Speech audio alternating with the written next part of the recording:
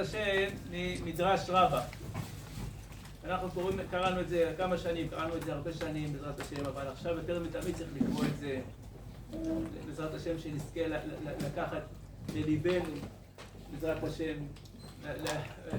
ידעת היום בהשיבות האלה, אומר לך שנזכה להשיב אל הלב את הדיבורים האלה שאנחנו עכשיו הולכים בעזרת השם ביחד לקרוא.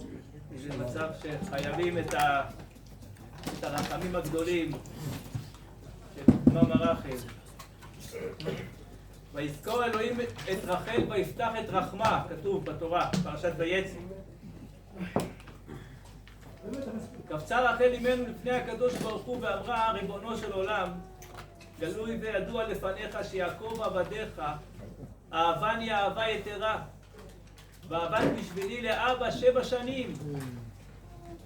וכשהשלימו אותם 7 שנים והגיע זמן נישואי לבעלי, יעקב אבינו, יעץ אבי להחליפני לבעלי בשביל אחותי, לאה. והוקשה עליי הדבר עד מאוד. המילים האלה שכל שנה אני קורא אותם, והוקשה עליי הדבר מאוד, אני ראיתי לקחת לתשומת ליבי, כי הרבה פעמים שמדברים על האימהות הקדושות ועל האבות הקדושים, אנחנו מצויר לנו בלב, במוח, כאילו איזה מלאך. לא מדובר על בני אדם. מדובר על מלאכים. זה מלאכים, עזוב, זה תגיד, זה מתאים לרחל אימנו, אבל אנחנו נדבר איתנו בגובה העיניים, אנחנו... אז תראה מה אומר המדרש, רחל אימנו אומרת, הקדוש ברוך הוא, והוקשה עליי הדבר מאוד, עד מאוד. גם לרחל אימנו, היה לה לב של בן אדם, היה לה שכל של בן אדם, בשר ודם, רגיל. כן, גם לרחל אימנו. אומרת, והוקשה עליי הדבר עד מאוד, כי נודעה לי העצה. והודעתי לבעלי ומסרתי לו סימן ביני ובין אחותי, כדי שלא יוכל להביא להחליפני. לאחר מכן ניחמתי בעצתי בעצמי וסבלתי את אהבתי וריחמתי על אחותי שלא תצא לחרפה, ולערב חילפו אחותי לבעלי במקומי, ומסרתי לאחותי כל הסימנים שמסרתי לבעלי, כדי שיהיה סבור שהיא רחל. ולא עוד אלא שנכנסתי תחת המיטה שהיה שוכב עם אחותי. הדברים האלה לא כתובים, אי אפשר להגיד, אבל זה כתוב. והיה מדבר עמה והיא שותקת ואני משיבתו. על כל דבר ודבר, כדי שלא יכיר לכל אחותי, וגמלתי חסד עמה, ולא קינאתי בה ולא הוצאתיה לחרפה. אומרת רחל אימנו לקדוש ברוך הוא, ריבונו של עולם, ומה אני שאני בשר ודם, עפר ואפר, ולא קינאתי לצרתי, ולא הוצאתיה לבושה וחרפה. ואתה מלך חי וקיים רחמן, מפני מה קינאת לעבודת אלילים? ורחל אימנו מדברת עם הקדוש ברוך הוא עכשיו אחרי חורבן בית הראשון, שהעם ישראל עבדו עבודה זרה, והקדוש ברוך הוא הגלה אותם, ובאו אברהם, יצחק ויעקב ומשה רבנו ואליהו הנביא לקדוש ברוך הוא וביקשו רחמים על עם ישראל, והקדוש ברוך הוא לא קיבל את התפילה של אברהם, יצחק, יעקב, משה ואליהו הנביא. לא קיבל את התפילה שלהם. כי אמר להם הקדוש ברוך הוא, די, עם ישראל עכשיו הקדישו את הסאה, אין סליחה וכפרה עכשיו. ורחל אימנו באה וטוענת עכשיו לפני הקדוש ברוך הוא, אומרת לו, ריבונו של עולם, מה אני בשר ודם, עפר ואפר, לא קיניתי באחותי, ומסרתי לה את הסימנים, ולא הוצאתי אותה לבושה וחרפה. ואתה מלך חי וקיים רחמן, מפני מה קינאת לעבודת אלילים? מה זה עבודת אלילים? זה שטויות ובלבניות שאין בה ממש. והגלית את בניי ונהרגו בחרב, ועשו אויבים בם כרצונם. תשמעו טוב רבותיי היקרים, עם ישראל היקרים, תשמעו מה אומר המדרש. מיד נתגלגלו רחמיו של הקדוש ברוך הוא, אמר, בשבילך רחל, בשבילך רחל, אני מחזיר את ישראל למקומם. עדה עוד הכתיב, הפסוק בירמיה, כה אמר השם, כל ברמן נשמע נהי בכי תמרורים, רחל מבכה על בניה, מענני נחם על בניה כי איננו. וכתיב כה אמר השם, מנעי קולך מבכי ועינייך מדמעה, יש שכר לפעולתך נאום השם, שבו מארץ אויב ויש תקווה לאחריתך נאום השם ושבו בנים לגבולם. עד כאן לשון המדרש, רבותיי היקרים. אני שמעתי מהרב פיינגר השבוע משהו יפה אומר, פעם אחת הוא היה באמריקה, ושם באמריקה כידוע יש מקומות שמסתובבים דובים, פתאום דובים נכנסים למקום שיושבים תושבים. הוא אומר שהייתי צריך למסור הרצאה באיזשהו מקום, ובא אליי שוטר עם רובה, שוטר חמוש, הוא אומר לי, תיזהר הרב, אדון פיינגר, הלילה לא להסתובב חופשי, כי יש דובה מסתובבת פה.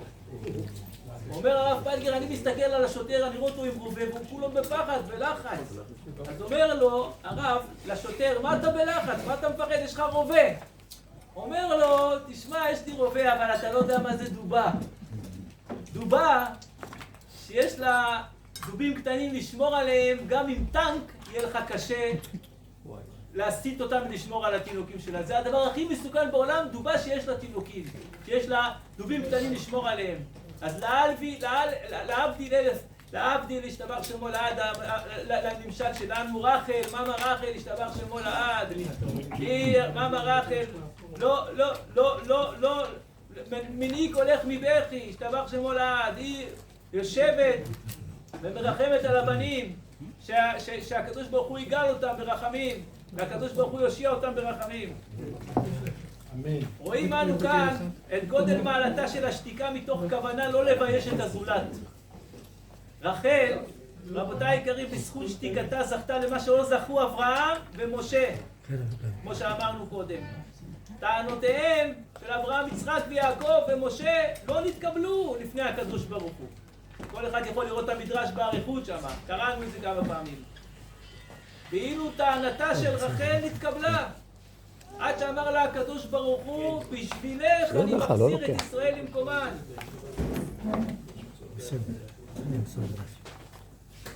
שבח שמו לעד. הפסוק ויזכור אלוהים מלמדנו שאין הקדוש ברוך הוא מקפח שכר כל בריאה. וכל מי שהולך בתמימות ובדרך ישרה, לעולם אינו ניזוק. אדרבה, מתברר שרחל מצד עצמה הייתה הכרה, ואילו לא הייתה מוותרת ללאה אלא נישאת ליעקב, באופן טבעי לא הייתה זוכה כלל להעמיד אף חלק מן השבטים. רק אחרי שעשתה את המעשה הגדול הזה זכתה בשכרו להיפקד בבנים. אני אספר לכם סיפור עכשיו מדהים שיש פה בספר, סיפור מדהים. הגאון רבי חזקיהו מדיני, בעל השדה חמד. צדיק, איפה יש לך מקום לשבת?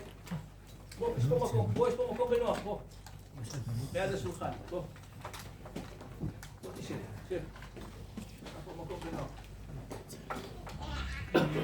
בעל השדה חמד סיפר פעם לאחד מבאי ביתו שבצעירותו לא הצטיין בכישרונות מיוחדים. מעייני החוכמה נפתחו לו כשהיה מבוגר יותר, בגלל מעשה שאירע. המעשה שהיה, כך היה. תשמעו מעשה עם השדה חמד, רבותיי. בעקבות מה נפתחו לו מעיינות החוכמה. אומר השדה חמד, בהיותי אברך צעיר לשנים, סיפר בעל השדה חמד, למדתי בכולל אברכים שהחזיק גביר גדול בביתו על חשבונו. לא נמניתי אז על בעלי הכשרונות הגדולים שהיו בכולל, אך שקדתי על תלמודי ועשיתי חיל. אחד מבני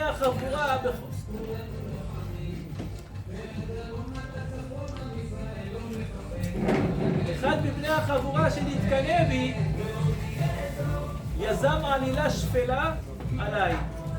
הלך ושיחד את המשרתת הערבייה אשר הייתה באה בכל בוקר לנקות את בית המדרש, שתוציא עליי שם רע ותפרסם בערבים שכאשר היא משכימה לבוא לבית המדרש על מנת לנקותו, אני מפתה אותה למעשים לא צנועים. בישראל יש פה מקום עם שולחן, יש פה מקום עם שולחן.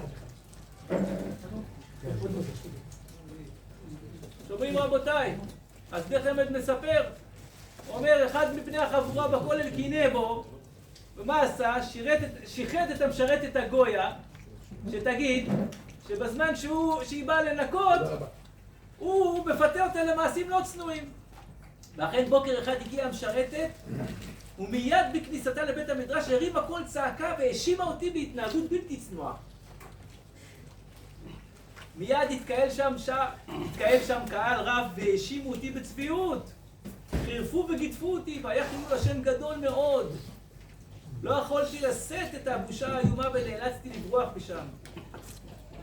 ראש הכולל לא האמין לדברי הערבייה, ופיטר אותה ממשרתה. לאחר תקופה מסוימת, כאשר כלו דמי השוחד מכיסה של הערבייה הזאתי, באה אליי הערבייה והתחננה לפניי שאסלח לה על העוול הנורא שגרמה לי. היא הבטיחה לי שהיא תלך ותפרסם ברבים את כל האמת ותאמר שהייתה זו עלילת שווא. וכי אחד האברכים שחרר אותה בממון כדי שתפרסם את העלילה. והוסיפה ואמרה, הואיל פרנסתה אינה מצויה בידה, היא מבקשת ממני שלאחר שהיא תתאר את שמי, אבוא וישתדל למענה אצל בעל הבית שיחזרנה לעבודה. ברגע זה אמר בעל השדה חמד זצ"ל, תשמעו רבותיי, תשמעו השדה חמד. ברגע זה אמר בעל השדה חמד זצ"ל, עמדתי בפני התלבטות נוראה.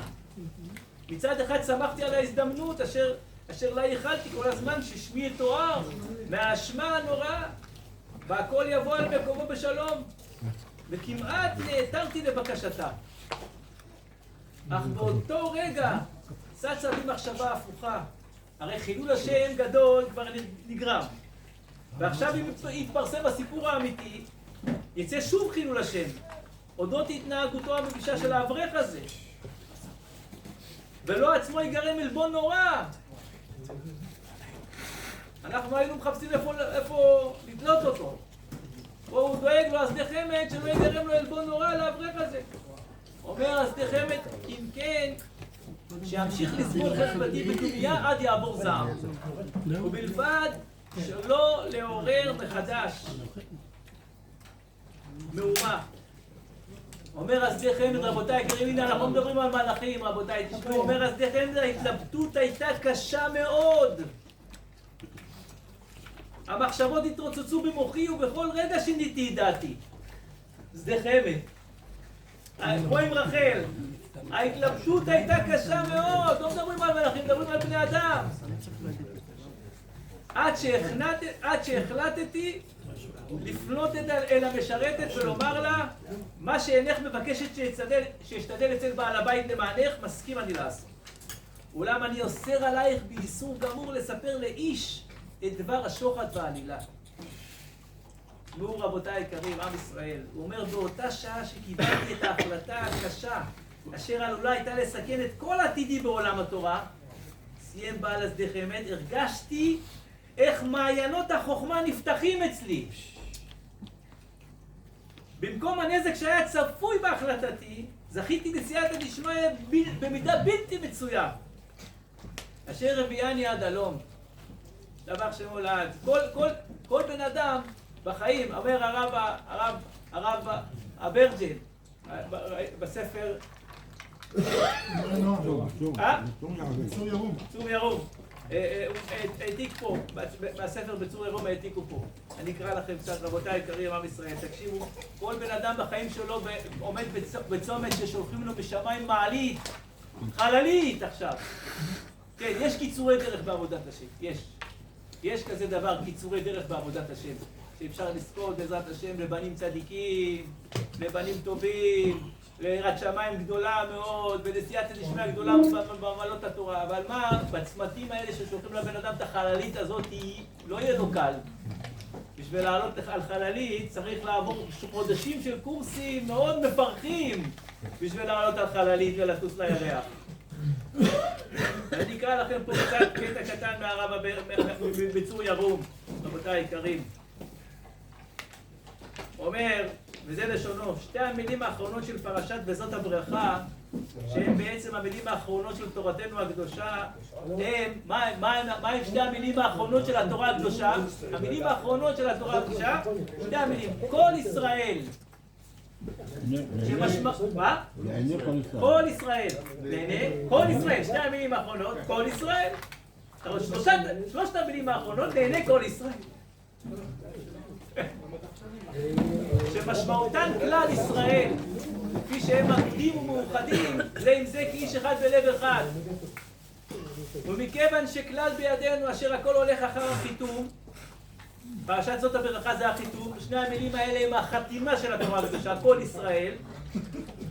העובדה שתורתנו הקדושה נחתמה בעניין של אחדות ישראל, מלמדת אותנו כי זהו עיקרה ותכליתה של כל התורה כולה. להביא את כל עם ישראל לידי אהבה ואחווה ושלום ורעות. כפי שנאמר על התורה, דרכיה דרכי נועם, בכל נתיבותיה שלום. למעשה מכל האמור למדים אנו עד כמה חשוב להרבות אהבה ואחדות בעם ישראל. בין כל שכבות העם צריך תמיד להתחזק במידת אהבת ישראל ולהשתדל להתחבר עם כולם ללא כל הבדל. אם אתה עושה איזה כנס וכדומה, תזמין את כולם.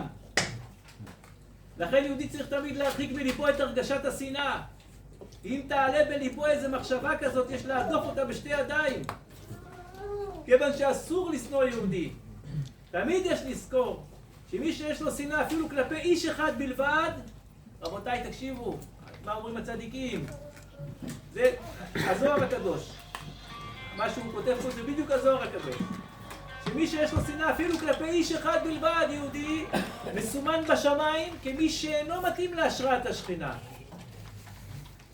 לא משנה אם הוא דתי או לא דתי, ואפילו אם במה שאין לו שום קשר לדת. יש לאהוב אותו רק מפני שעצם היותו יהודי, מכל שכן שהאמת היא שבכל יהודי ישנה מעלה שאין בשום אדם אחר בעולם. הכלל הוא שהקדוש ברוך הוא אינו משרה את שכינתו במקום פגום, כמבואר בתניא. ומי נקרא מקום פגום, אומר התניא? מי שיש בליבו שנאה כלפי מישהו מעם ישראל חס ושלום. אין סייעתא דשמיא באף דבר שבנוי על פירוד. פירוד הוא מלשון פרדה. אומר הרב, לפרדה אין כלל שליה. הבריאה הזאת שקוראים לה פרדה, אין לה שליה.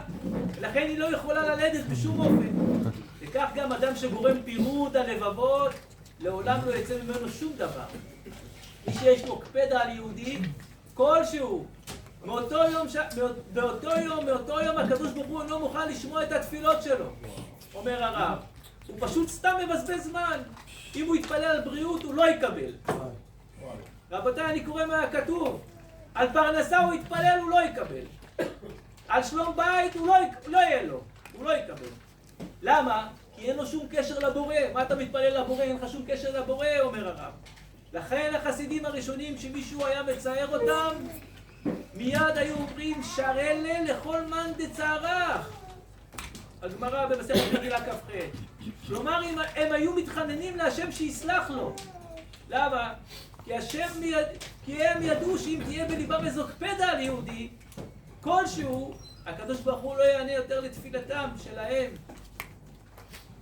מספרים שפעם אחד אז פנים סתר על חייו הקדושה של רבי אלימלך מליז'נסק. אחד נתן צ'פחה לרבי אלימלך מליז'נסק. הנוכחים במקום ראו כי עיניו של רבי אלימלך זולגות דמעות ופיו ממלמל מילים כלשהם, וסברו כי בוחרו מחמת הסתירה האיומה שקיבל והבושה שנלוותה עימה. ופיו רוחש תפילה להשם שיעניש את אותו אז פנים כפי שראוי לו. אוי, ככה הם חשבו, אך רבי אלימלך רוח אחרת הייתה עמו.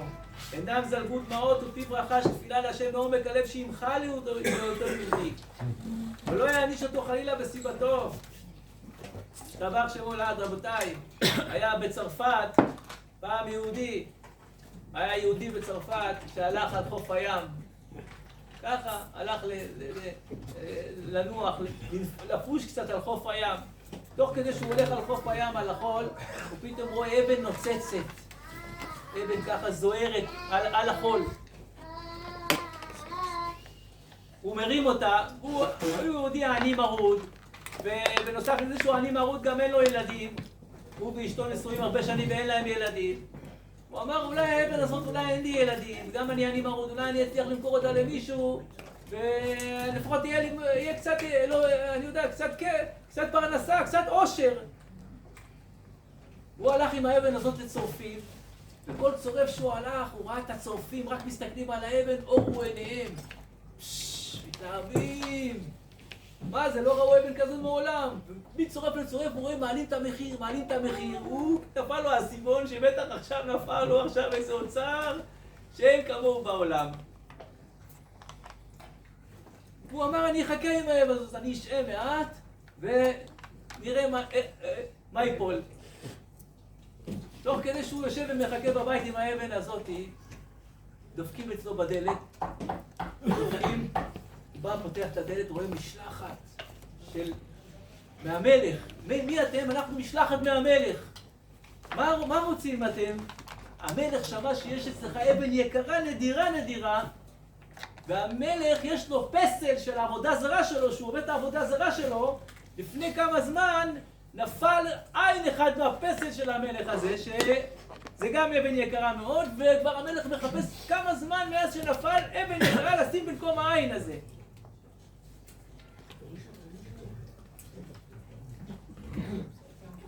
ואמר, מה עכשיו הוא נפל מהפח אל הפחד, אמר הוא יהודי, בסדר אני מרוד, אין לו ילדים, רוצה קצת כסף, אבל עכשיו האבן הזאת שהוא ישים אותה בעבודה זרה של המלך, אמר להם תשמעו אני אגיד לכם משהו, אני צריך לחשוב על זה. אמרו אין דבר כזה צריך לחשוב על זה, המלך זה או שאתה מביא לו את האבן או שאתה מביא לו את האבן, אין לך הרבה אלטרנטיבות, אפשרויות.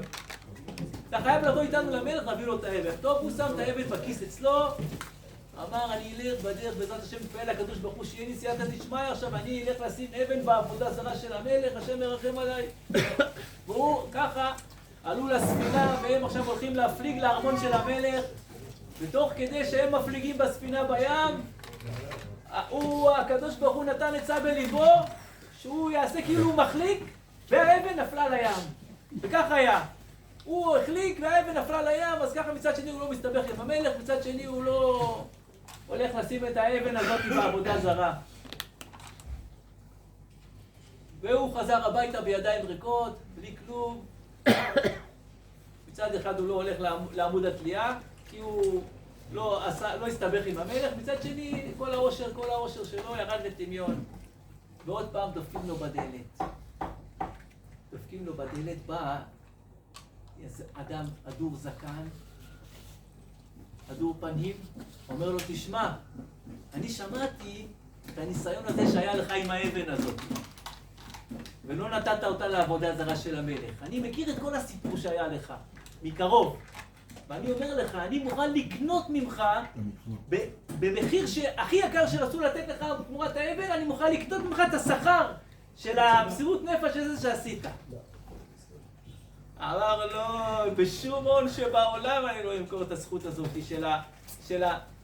שיש לי בזה שלא נתתי את האבן למלך. אמר לו, הדור פנים הזה אמר לו, תשמע, אני אליהו הנביא, ובעזרת השם באתי לנסות אותך, ועמדת בניסיון בצורה הכי מפליאה והכי מושלמת שיכולה להיות. בעזרת השם, בשנה הבאה אתה תיפקד בבן זכר, ואני אבוא להיות הסנדק. תחכה בברית, עד שתראה אותי אני אבוא להיות הסנדק. רבותיי היקרים, ובאמת נפקד בבן, וחיכו לה אליהו הנביא, ואליהו הנביא בא והיה סנדק, ואתם יודעים את זה היה הילד הזה? רש"י. רבי שלמה יצחקי. אני ראיתי בחידה בשם הגדולים, אומר רבי שלמה ירחי. לא יודעים את זה, כן. תסתכלו בשם הגדולים, החידה מביא, רש"י רבי שלמה ירחי. ככה מביא החידה בשם הגדולים. רש"י הקדוש, רבותיי היקרים, רש"י שפירש את כל התורה הקדושה. כל התורה הקדושה שאנחנו לומדים, יש עליה פירוש רש"י. בלי רש"י, אומר החידה הקדוש, בלי פירוש רש"י, היינו כמו עיוורים וחרשים ואילמים עם התורה הקדושה. ככה אומר רש"י, החידה הקדוש. דבר שמולד, וזה רש"י, זה מה שאנחנו לומדים עכשיו, רבותיי היקרים, זה מעלית. הקדוש ברוך הוא שולח לכל יהודי במשך החיים שלו בצמתים ודרכים מסוימות, מעלית, חללית. אבל כמו שאמרנו, חללית, לטוס איתה לירח צריך לעבור קצת קורס מפרך. צריך לעבור קשיים. כמו שראינו, רחל אמנו היה לה קשה מאוד. הרבי חזקיהו מדיני, אז חמד היה לו קשה מאוד. ומה הם זכו? מה רחל? זכתה, מה שזכתה. יותר מאברהם, יצחק, יעקב ומשה זכתה. ובעזרת השם לעמוד בקושי. אז אנחנו, עם ישראל, כולנו עכשיו עומדים בבית צומת דרכים, השם מרחם נורא, שהשם מרחם באמת רחמים גדולים אנחנו צריכים, ומי גדולה ממה רחל לזכות ולהשפיע על עם ישראל את הרחמים הגדולים האלה שהקדוש ברוך הוא בעזרת השם יגאל את עם ישראל ברחמים. וקורא לכל עם ישראל ברכות וישועות גדולות בעזרת השם. כל החיילים בעזרת השם יחזרו לביתם בשלום ושלמים, אמן. וכל השבויים בעזרת השם יחזרו לביתם בריאים ושלמים, אמן. כן יהי רצון. וכולם יהיה ישועה גדולה לכל התורמים המסייעים לישיבה הקדושה פה. הקדוש ברוך הוא ייתן להם נחת מכל יוצא חלציהם. זכורים לכל מי שצריך. זרע של קיימא לכל מי שצריך. פרנסה בשפע ובקלות וישועות גדולות, אמן. כן יהי רצון. ברוכים תהיו, אמן.